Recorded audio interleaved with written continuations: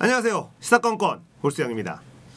자, 이번에 다룰 이야기는 더불어시민당 비례 후보 살펴보기, 그리고 정의당의 헛다리 짚은 진단입니다.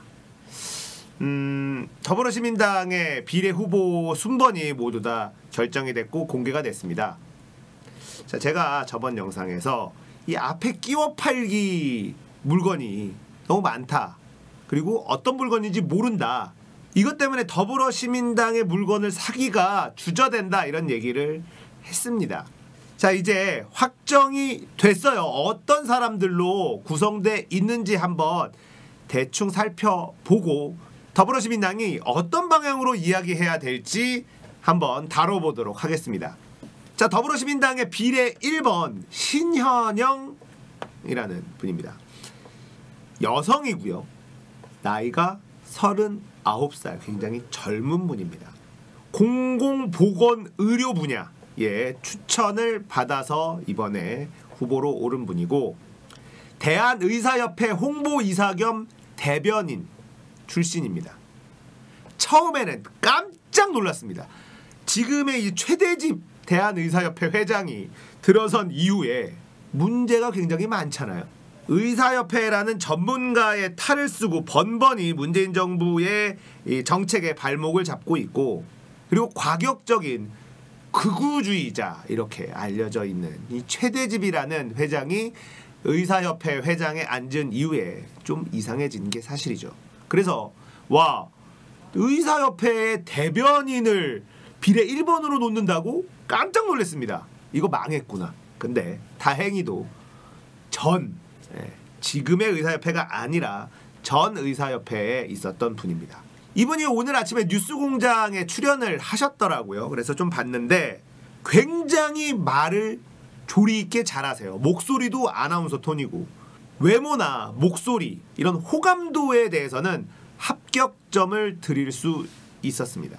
자, 이분이 명지병원 가정의학과 교수입니다. 그리고 이런 감염에 관련된 분야에서 일을 하고 있고, 이번 사태에서도 어느 정도 방송에 나와서 이야기도 많이 해주신 분으로 알려졌더라고요. 공공보건의료 분야에서 추천을 받은 분, 나쁘지 않다고 생각을 합니다. 자, 2번이 이제 중소기업 정책 분야에서 추천을 받은 분이고, 나이는 57세, 중소기업 중앙회 경제정책본부장 출신이십니다. 3번이 권인숙, 여성인권정책 분야에 추천받은 분입니다. 한국여성정책연구원 원장. 자, 이 여성정책 이러면 머리가 좀 아파요. 이 페미 관련된 이슈가 떠오를 수밖에 없습니다. 그래서 이제 권인숙이란 분에 대해서 좀 찾아봤더니, 이분은 우리가 알고 있는 일반적인 페미들과는 조금 다른 의견을 제시하는 분이셨습니다. 지금 사실 민주당에서 이 페미의 대장들이 많아요. 그런 분에 비하면 엄청 좋은 분이다. 자, 이분이 인터뷰에서 했었던 얘기 인용해 드릴게요. 20대의 젠더 갈등을 고민하려면 징병제는 중요한 화두입니다. 최근 저희 연구에 따르면 20대 남성성은 40, 50대 남성성과 매우 다릅니다. 위계성, 서열성, 가부장성이 아주 약한 세대인 거죠. 20대 남성은 성평등 관련한 질문에서 군대 이야기를 많이 하고요. 한순간이라도 노력하지 않으면 모든 걸 잃을지 모른다고 온 사회가 경고하는 신자유주의 시대이고, 공정성의 욕구가 아주 큰 세대인데, 가장의 역할, 남자다움의 논리와 애국주의로 대충 얼버무린 현재의 징병제는 지금의 20대 남성과 앞으로 20대가 될 세대와 어울리지 않는 면이 너무 크죠. 자, 어떤 느낌인지 아시겠죠? 양성평등에 대한 이야기를 하는 페미니스트라는 거죠. 우리가 알고 있는 페미는 여성 우월을 얘기합니다. 남성 혐오를 얘기합니다. 그런데 이분은 진지한 양성평등에 대한 이야기를 하는 여성운동을 오래 하신 분으로 알려져 있네요. 자, 이 권인숙 교수는 이런저런 저서를 썼는데, 책을 쓴 이유에 대해서 자신의 중학생 딸이 막연히 좋은 남편을 만나 시집을 가면 행복하게 살 수 있는 것 아니냐고 하자 책을 쓰게 되었다. 이런 얘기를 했습니다. 그러니까 여성들이 주체적으로 성장해야 되며 남성과 양성 평등에 대해서 좀 진지하게 고민을 하는 여성학자 뭐 이런 포지션으로 보입니다. 여성학자 치고는 저는 굉장히 호감이 가는 분이다. 이렇게 평가하고 싶어요. 자, 그리고 4번에 이동주 남성인데요. 48살이고요. 소상공인입니다. 한국 중소상인 자영업자 총연합회 부회장. 자, 이분은 7개인가의 이 단체에서 추천을 받은 분이라고 해요. 또 장애를 가지신 분이라고 합니다. 그 정도면은 믿을 수 있는 분이 아닌가라는 생각이 들어요. 자, 이제 5번, 6번은 기본소득당 대표, 그다음에 시대전환 공동대표 뭐 이렇게 돼 있으니까 넘어가고요. 7번이 윤미향 55세 여성이고요. 위안부 강제징용 관련 추천분입니다. 일본군 성노예 문제 해결을 위한 정의기억연대 이사장. 네, 이런 이력 나쁘지 않습니다. 자, 그리고 8번이 정필모 언론개혁 전 한국방송공사 KBS 부사장 출신이고요. 9번이 양이원영 환경 분야 에너지전환포럼 사무처장. 이분이 딱 걸려요. 자, 그리고 10번이 유정주 45세 여성 한국애니메이션 산업협회 회장.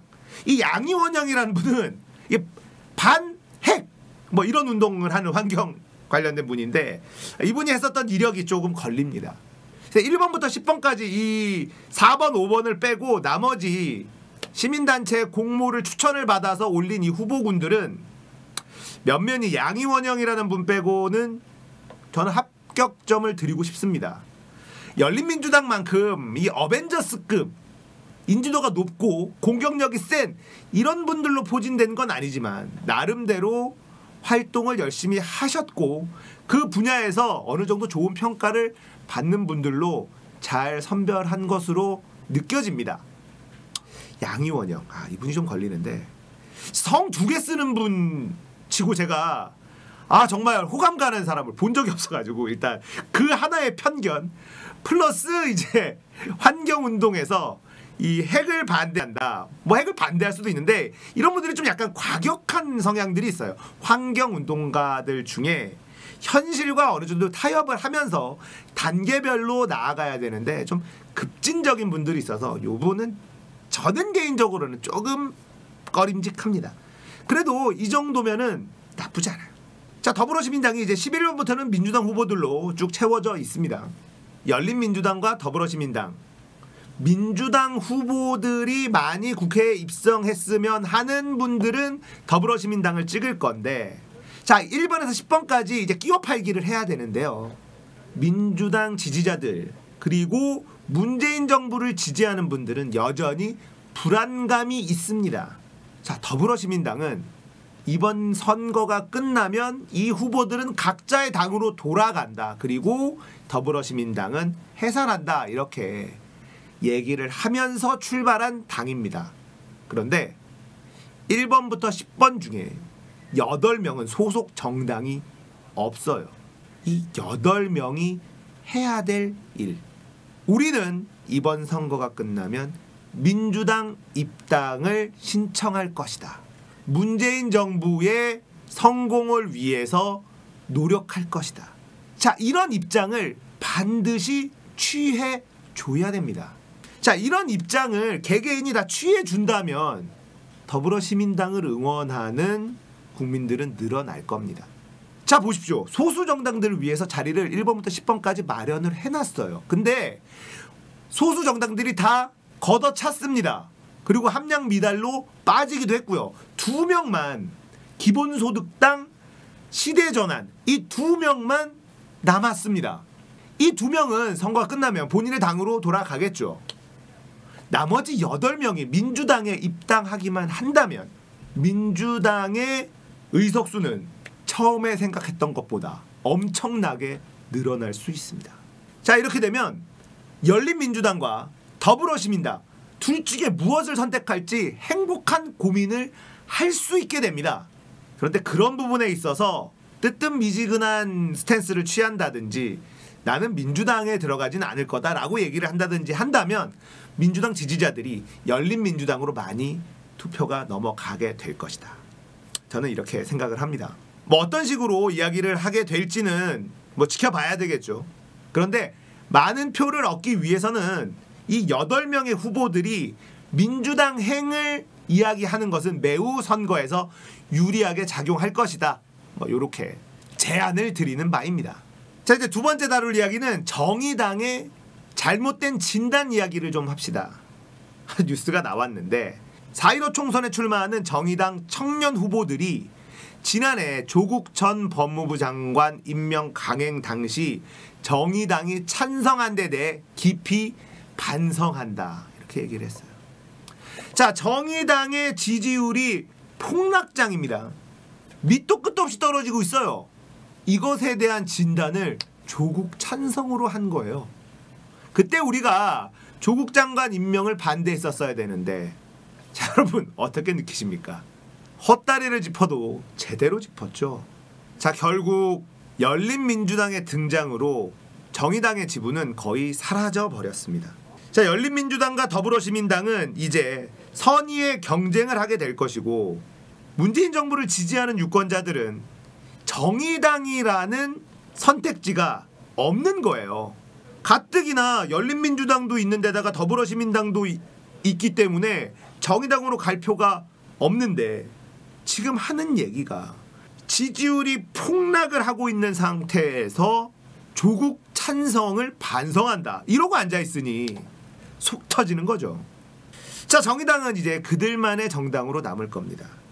본인들 회의에서 데스노트다라고 하면서 우리가 결정하면 이것저것 바꿀 수 있다라는 희한한 망상에 사로잡혀서 자신들이 마치 대단한 것처럼 착각을 하고 있었죠. 그런 정의당이 다음 국회에서는 사라지게 됩니다. 진단이라도 잘하면 개선의 여지가 있지만 지지율 추락의 진단을 잘못하고 있으니 머리가 나빠서 그런 잘못 선택을 했다라는 것을 스스로 증명하고 있다 보니 이제 정의당의 미래는 없다. 단정 지을 수 있을 것 같습니다. 자, 더불어시민당 짧은 시간에 후보들을 모으느라 고생 많이 했습니다. 면면이 열린민주당만큼 화려하거나 그러진 못하지만 그래도 나름대로 괜찮은 인물들로 포진한 것으로 보입니다. 이 후보들이 선거가 끝나고 모두 민주당에 입당을 한다면 얘기가 많이 달라질 수 있습니다. 그런 입장을 표명해 주면 더불어시민당은 훨씬 더 많은 퍼센트의 득표를 하게 될 것이다. 이런 생각이 듭니다. 10명의 끼워 팔기인 줄 알았는데 2명의 끼워 팔기에 나머지가 다 민주당이라면 표 던질 맛 납니다.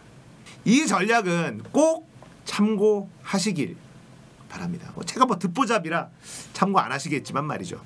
자, 오늘 이야기 여기까지입니다. 공감되셨다면 구독, 좋아요, 알람 설정 부탁드릴게요. 감사합니다.